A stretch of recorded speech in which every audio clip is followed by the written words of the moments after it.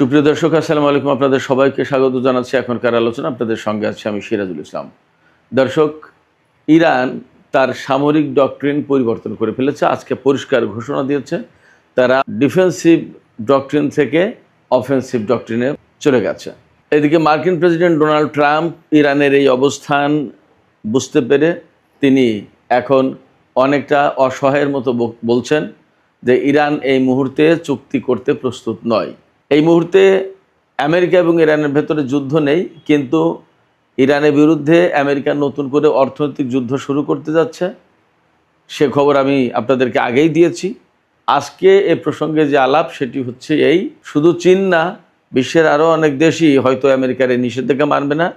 Georgia, যারা ইউরোপীয় ইউনিয়নের সদস্য হওয়ার জন্য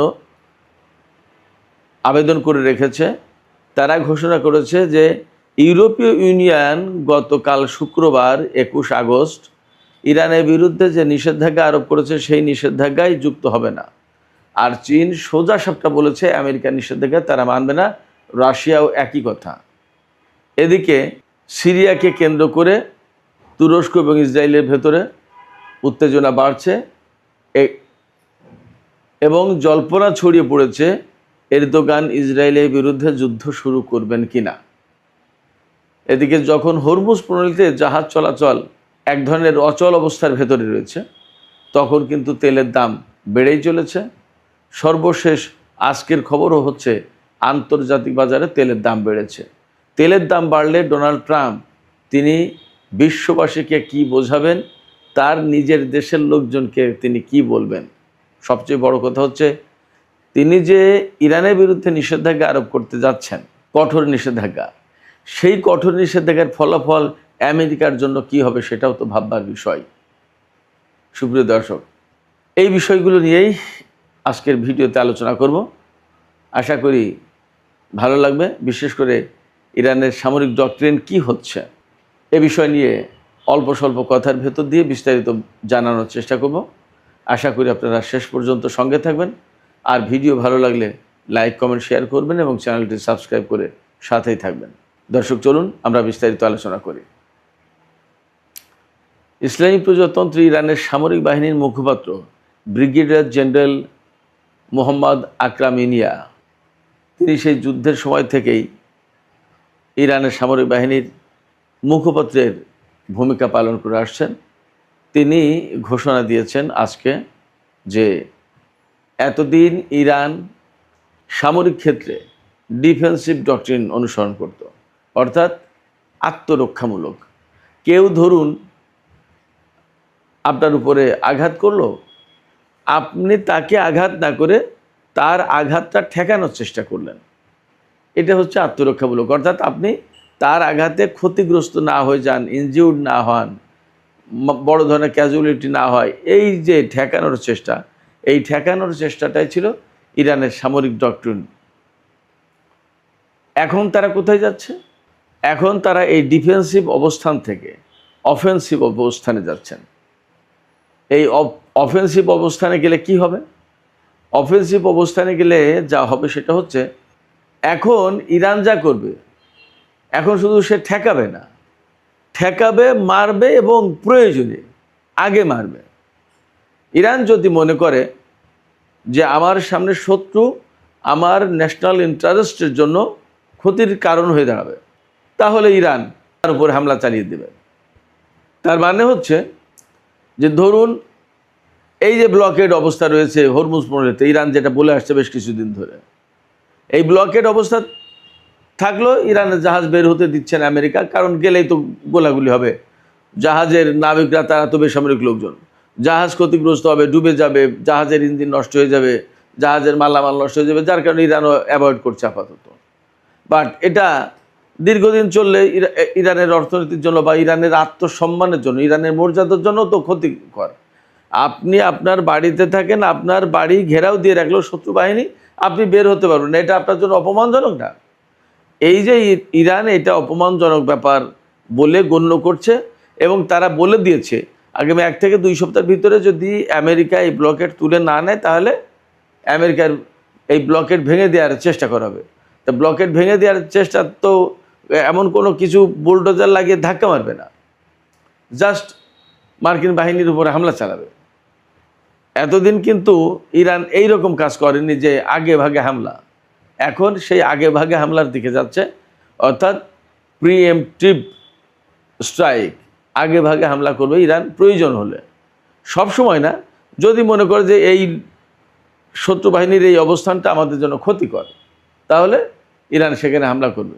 এবং আমি আপনাদেরকে আশ্বস্ত করি বা আমি আপনাদেরকে এই ইনফরমেশনটা দিই, মধ্যপ্রাচ্যে আমেরিকার যে অবস্থা, তাতে এখন ইরান হর হামেশাই আমেরিকার সেনাদের উপরে আক্রমণ করার অবস্থায় আছে, আক্রমণ করতে পারে। আপনারা নিশ্চিত থাকুন যে মধ্যপ্রাচ্যের ম্যাক্সিমাম ঘাঁটি একদম শেষ এবং বহু সেনাকে সরিয়ে নেওয়া হয়েছে, বহু বিমান সরিয়ে নেওয়া হয়েছে। এমনকি আমি গতকালকেও যেটা বলেছি যে আমেরিকার যে আব্রাহাম লিঙ্কন জাহাজ, সেটা কিন্তু চলে গেছে এখান থেকে। সে যা করেছে তার ডেক থেকে জাহাজ উড়ে গিয়ে ইরানের উপর হামলা চালিয়েছে, ক্ষেপণাস্ত্র হামলা, এটা সেটা অনেক কিছু। কিন্তু আব্রাহাম লিঙ্কন একটা দিনের জন্য হরমুজ প্রণালীর ধারে কাছে যেতে পারেনি, হরমুজ প্রণালী পার হয়ে পারস্য উপসাগরে যেতে পারেনি। এবং পারস্য উপসাগরে যে সমস্ত জাহাজ ছিল, মার্কিন জাহাজ, সেগুলোর ভাগ্যে কি হয়েছে আমি জানি না। কারণ হচ্ছে, একথা বলছি এই কারণে যে বাহরাইনের উপকূলেই তো মার্কিন পঞ্চম নৌবহরের ঘাঁটি।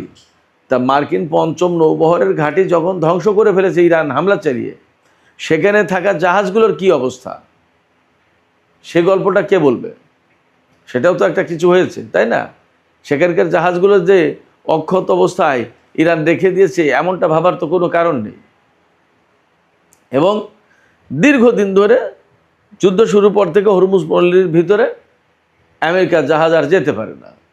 তো যখন আমেরিকার মতো একটা শক্তি, আমি বারবার বলি যে আমেরিকার মতো শক্তি, এটা বলি এই কারণে, বহু যুগ ধরে তারা পৃথিবীর সেরা শক্তি, এক নম্বর শক্তি, সুপার পাওয়ার ওয়ান তারা ছিল, তারা দাবি করতো, লোকজন সবাই এভাবেই মেনে নিয়েছে। কিন্তু এখন তারা কি করছে? ইরানের সাথে যুদ্ধ করতে এসে হরমুজ প্রণালী একটা এমন এক প্রণালী যেখানে ইরানের মতোই আছে।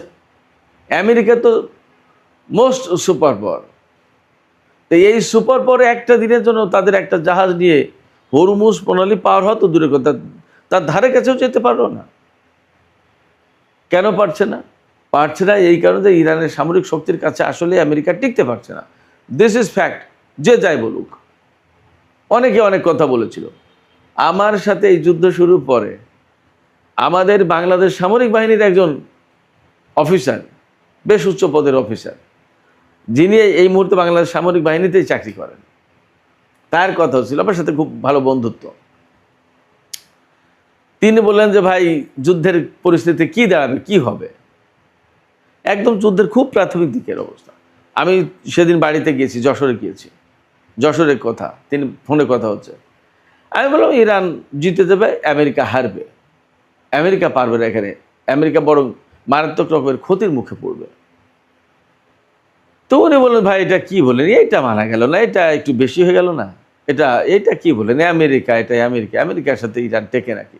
হয়তো কিছুদিন টিকে থাকবে, কিন্তু আলটিমেটলি তো আমেরিকা বিজয়ী হবে। আমি বললাম যে না ভাই, আপনি যা বলছেন, আপনি আপনার ধারণা মতো, আপনার দেখা মতো বলছেন, কিন্তু আমি আপনার দেখা, আপনার ধারণার বাইরে গিয়ে কথা বলছি। কারণ আপনি আমেরিকা সম্পর্কে ধারণা রাখেন, ইরান সম্পর্কে ধারণা রাখেন না। আর আমি আমেরিকার সম্পর্কে মোটামুটি একটা ধারণা তো রাখি, আর ইরান সম্পর্কে খুব ভালো ধারণা রাখি। তাদের যুদ্ধের যে প্ল্যান, তাদের যে সামরিক সক্ষমতা এবং তাদের যে ডিটারমিনেশন, এই জায়গায় আমেরিকা টিকতে পারবে না। আমাকে তিনি বলেন ভাই, আমেরিকার এত অত্যাধুনিক জাহাজ, বিমান, গোলা বারুদ, ক্ষেপণাস্ত্র, এত কিছুর সামনে ইরান কি করে টিকবে? আপনি কি বলেন কি? এটা আমি মানতে পারলাম না ভাই।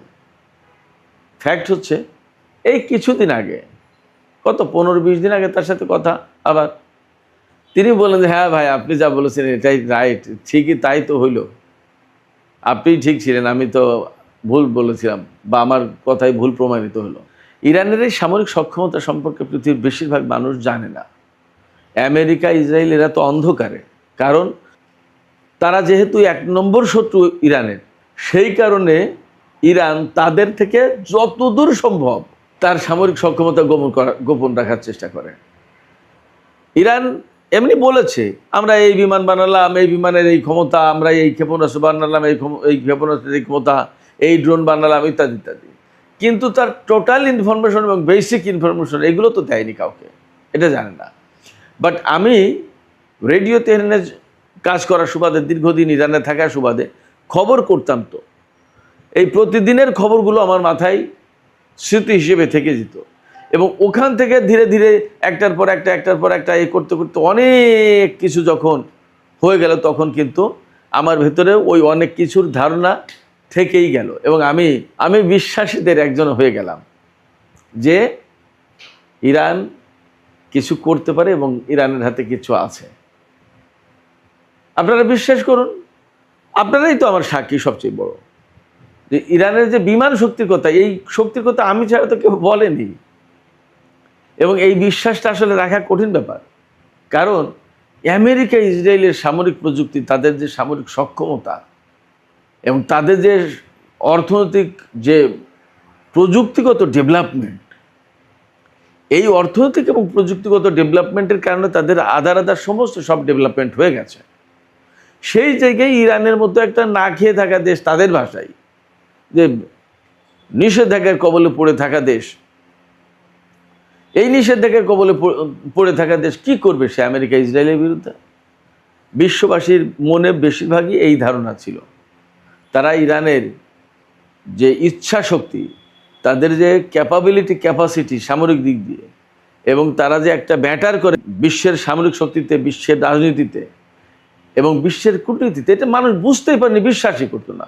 আমি শুধু সামরিক শক্তি না, আমি ইরানের কূটনীতি সম্পর্কে কি বলতাম, সবসময় আমি এই কথাই বলতাম, সবসময় আমি এই বিশেষণই দিতাম যে ইরানের কূটনীতির একটা আলাদা সৌন্দর্য আছে। তারা তো কূটনীতিতে তুখোড়, ইরানের কূটনীতিবিদরা ঝানু কূটনীতিবিদ। এদের সামনে আমেরিকার কূটনীতিবিদরা নাকানি চুবানি খায়, পারেই না, পাত্তাই পায় না। এদের ডিপ্লোম্যাটিক চালগুলো এত জটিল, এত সূক্ষ্ম, এর ধারে কাছে ইউরোপ আমেরিকার কেউ ডিপ্লোম্যাট কেউ টিকতেই পারে না। এবং তারা এই ডিপ্লোমেসির মাধ্যমেই আন্তর্জাতিক অঙ্গনে যুগ যুগ ধরে টিকে আছে এবং এত স্ট্রং পজিশনে এসছে। এই ইরানের এই যে কূটনীতি, এই কূটনৈতিক শক্তি, এই কূটনৈতিক শক্তির কথাও মানুষ জানে না, কি বলবো, সামরিক শক্তি তো পরের কথা। তো বিশ্বাস করতো না। আমি জানতাম, আমি বুঝতাম এবং আমি বলতাম, আমি এখনো বলছি যে ইরানের যে সামরিক শক্তি, যে ইচ্ছা শক্তি, এর ধারে কাছে আমেরিকা নেই। সবচেয়ে বড় কথা হচ্ছে ইরানের সামনে তো একটা তত্ত্ব আছে, একটা আদর্শ আছে। সেই আদর্শটা কি? আমি এই তত্ত্বকে, এই আদর্শকে আমি ছড়িয়ে দিচ্ছি না, জাস্ট আমি আপনাদের সামনে বলছি। সেটা হচ্ছে ইরানিরা তো ঠিক এইভাবেই বিবেচনা করে যে আমি মারা গেলে তো শহীদ, আমার তো ভয় নেই। আর যদি দেশের জন্য লড়াই করে জিততে যাই, আমি গাজী, আমি তো, অর্থাৎ ওই যে কথা আছে না যে মরলে শহীদ বাঁচলে গাজী, দুটোই স্বভাবের কাজ, দুটোই ভালো কাজ। তো এই দর্শন যখন কোনো একজন মানুষের ভেতরে গেঁথে যায়, তখন সেই মানুষটাকে পরাজিত করা, সেই মানুষটাকে যুদ্ধের ময়দান থেকে সরিয়ে দেয়া, বা সেই মানুষটাকে ভয় দিয়ে ভীত করে তোলা, এটা অসম্ভব একটা ব্যাপার হয়ে যায়। তার কাছে জীবন মৃত্যু তো সমান। সে মনে করে আমি বেঁচে থাকলেও ক্ষতি নেই, আমি মারা গেলেও ক্ষতি নেই।